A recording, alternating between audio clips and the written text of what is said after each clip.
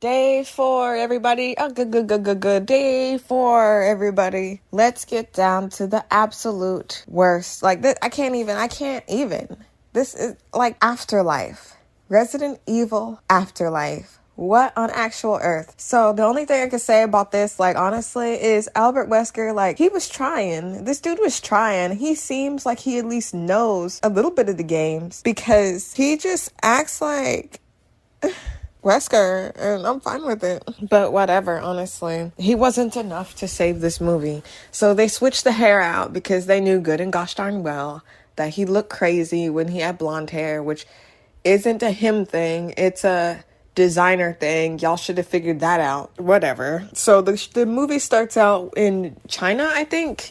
They just wanted to do that homage with the umbrellas. There really was no reason to see how it happened in China, honestly.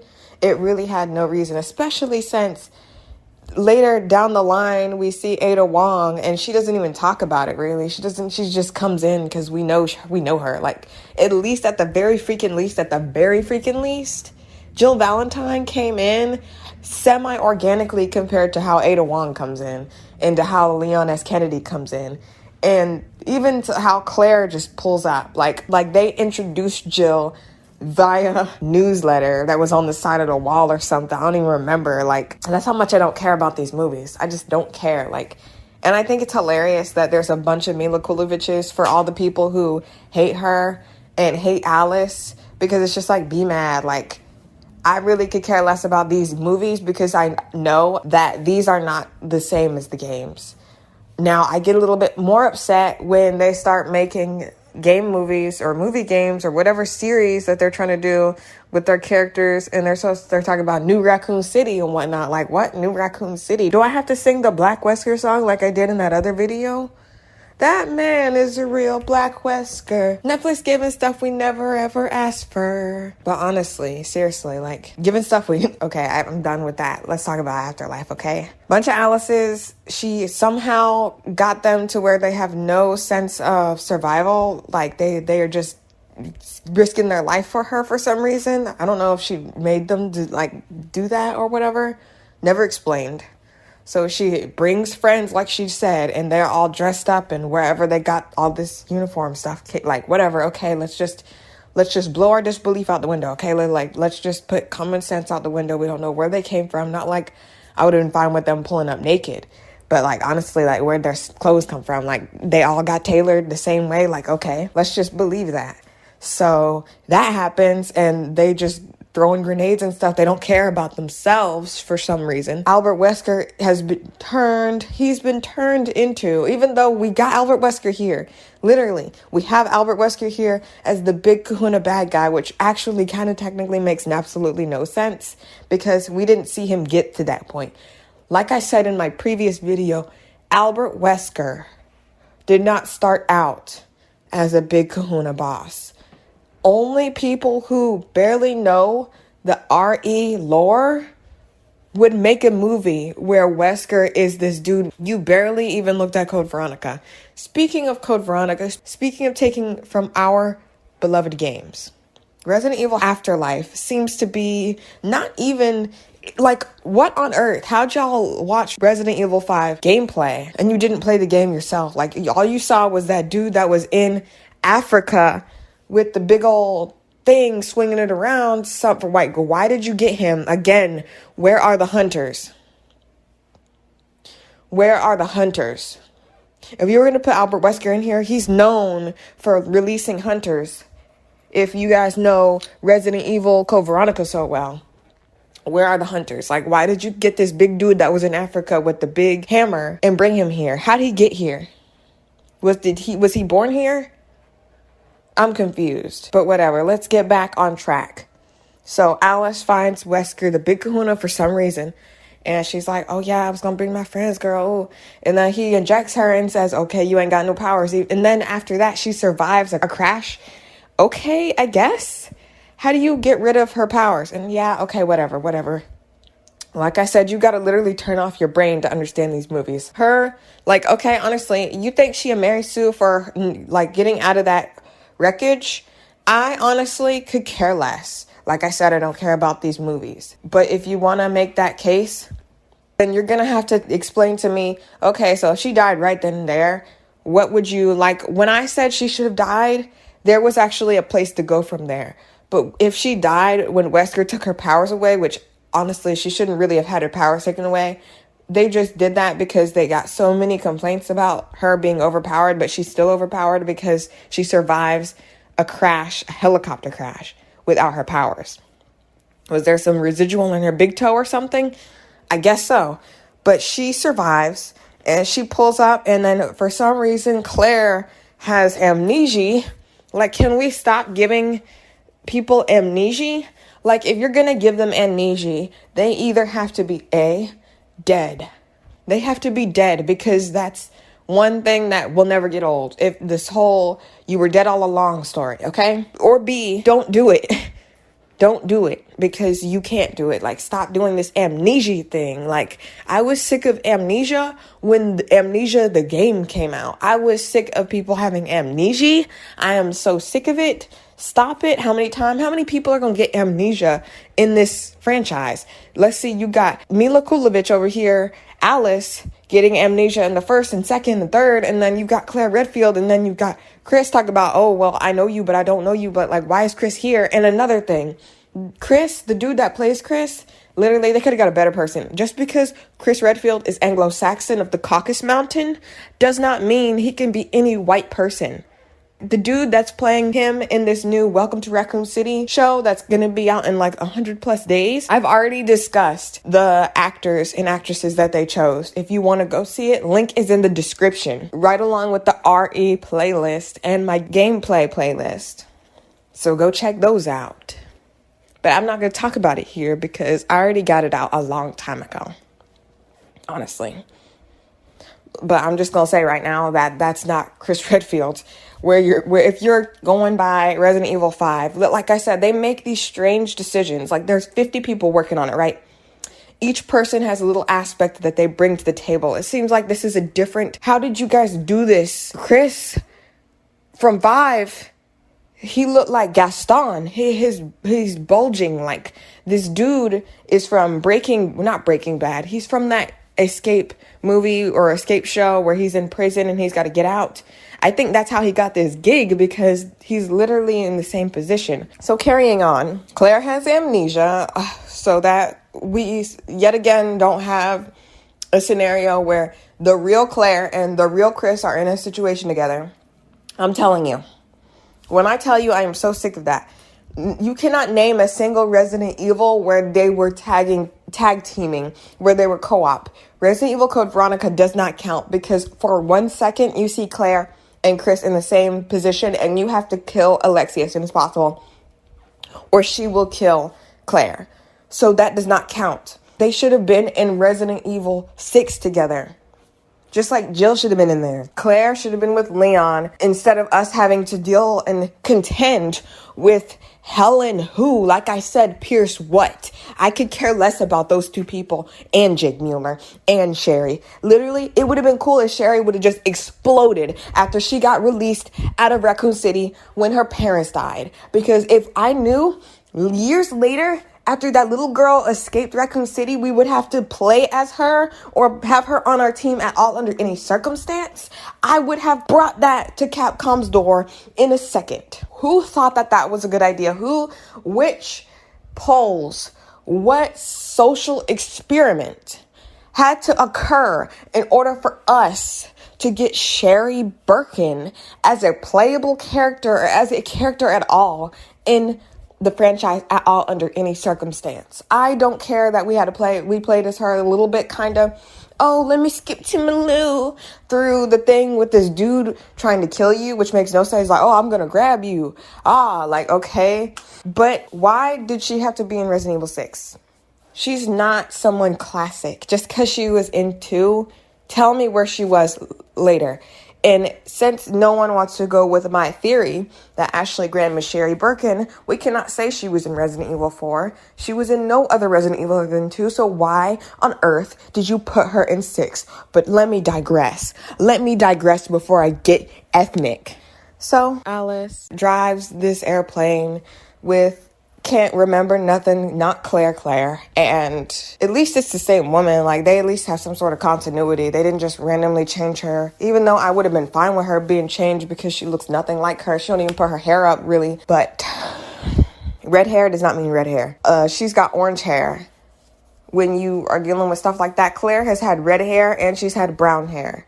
I like her when she's got dark red hair. Brown hair is fine. Red hair, orange red hair is not fine. She's not Merida.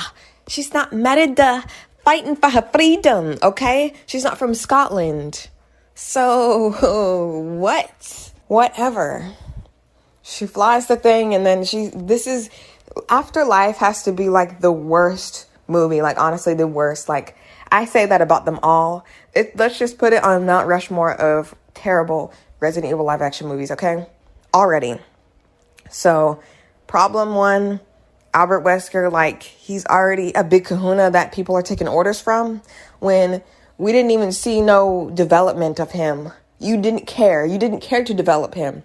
You were so busy putting in random characters we know and not even considering what that does to canon. And then this ragtime, trash, disgusting, garbage, good-for-nothing team consisting of a basketball player, dude from Criminal Minds, the black dude from Criminal Minds, some dude that looks like he's already dead. He literally looks like he's on some sort of drug. He looks like he just took some speed before he started going. I really don't know if that was their intention, but really, it makes the whole movie jarring.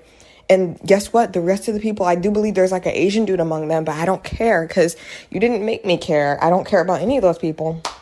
They go in there, they've got Chris stuck in a thing. And first of all, I don't know how you guys pulled off the "so we meet again" with Albert Wesker and Claire Redfield doing a reimagining of Chris Redfield's and Sheva Alamar's interaction in Resident Evil 5 with Albert Wesker. It's amazing. It's really quite amazing. It's amazingly terrible, but it's amazing. It's amazing how you did that. Like, how do you guys pretend you don't know the games? So much so that we're like, what is this crazy crap? But at the exact precise moment, we are sitting there pondering our beliefs in all reality. You guys put this scene from Resident Evil 5 fresh out of Resident Evil 5. And then, like, just like every other Resident Evil live action movie, there's 6 different scenarios going on. Even though Alice's timeline intertwines with Claire's and the survivors in that place. I don't even know. It's like a prison or something. And Chris's and Albert's, like, and then Kmart is on the sides and in some ship. Arcadia. Every time I hear Arcadia, I think of Arcadia Bay. Makes me want to do a Life is Strange video.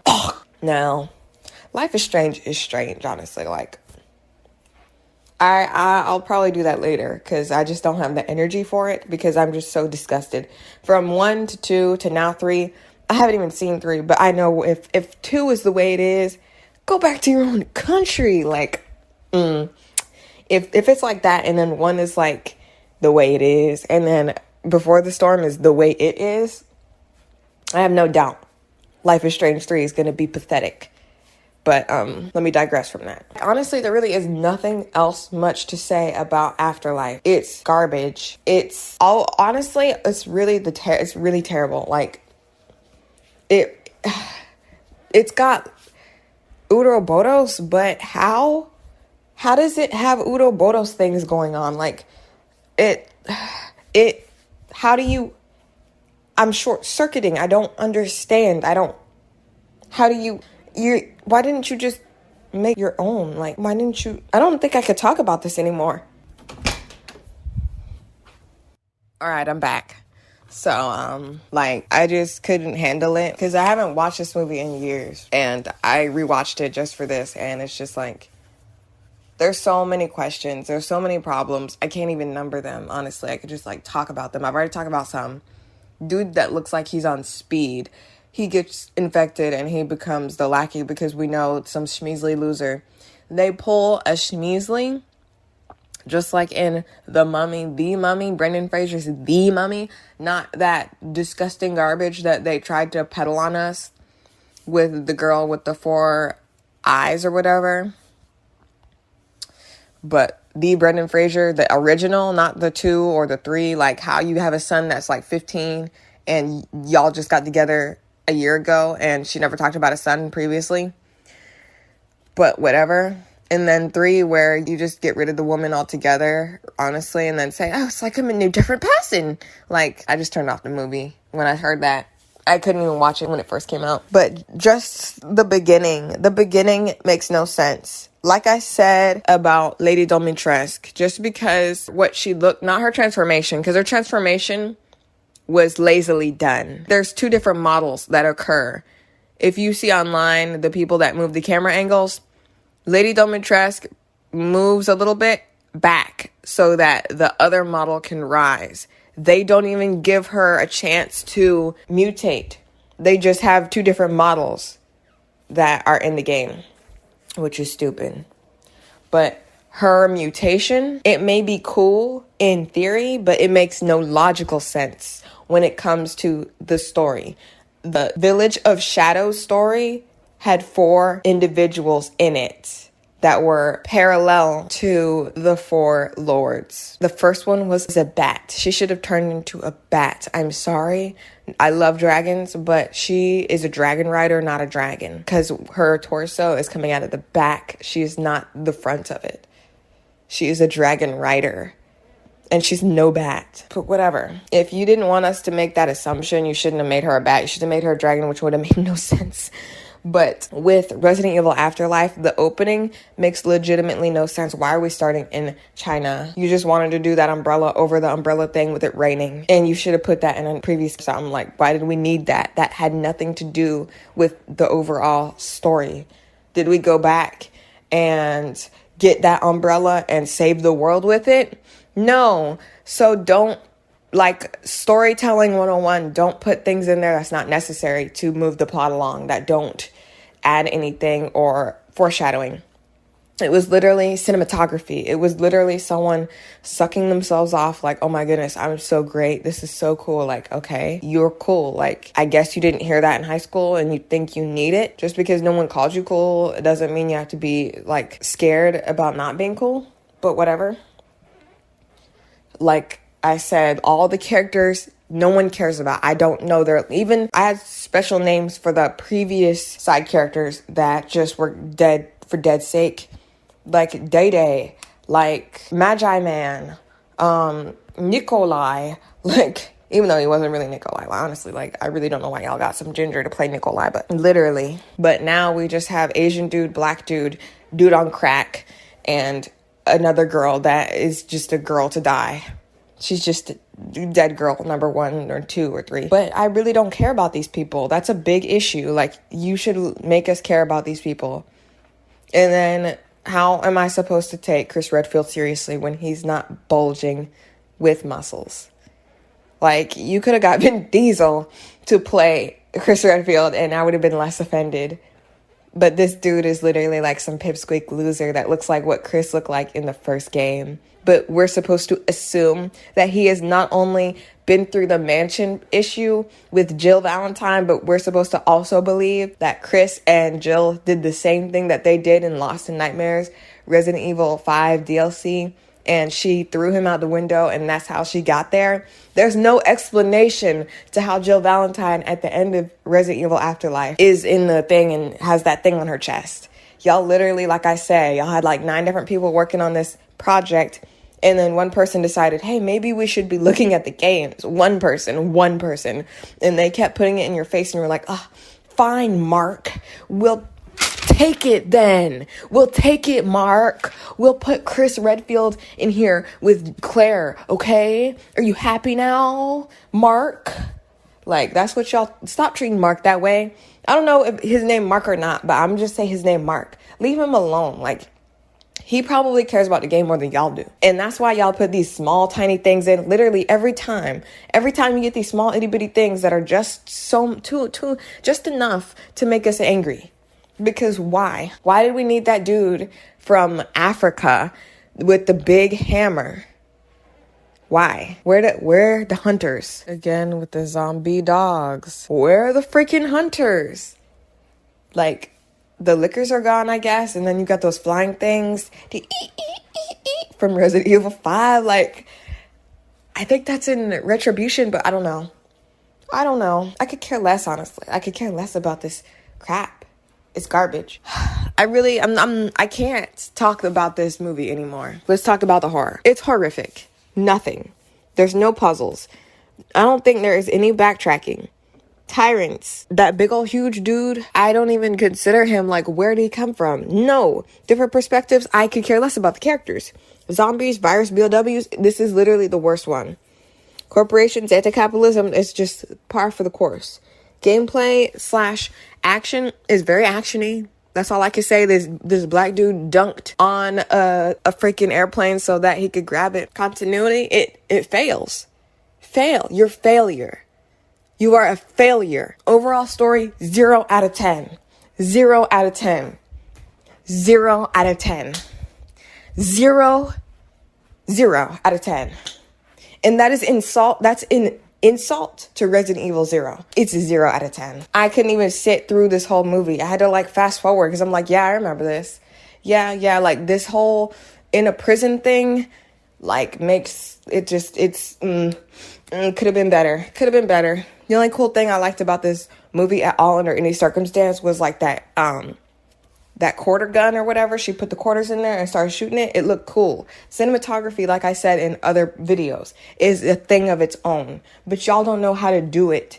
Y'all just want to throw everything and the kitchen sink in front of us to make us feel like we're getting more than what we're getting. 0 out of 10. 0 out of 10.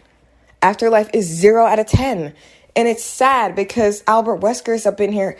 The pseudo Albert Wesker, like he's not, but he wear that outfit pretty well. But like Chris is not Chris. He's just not.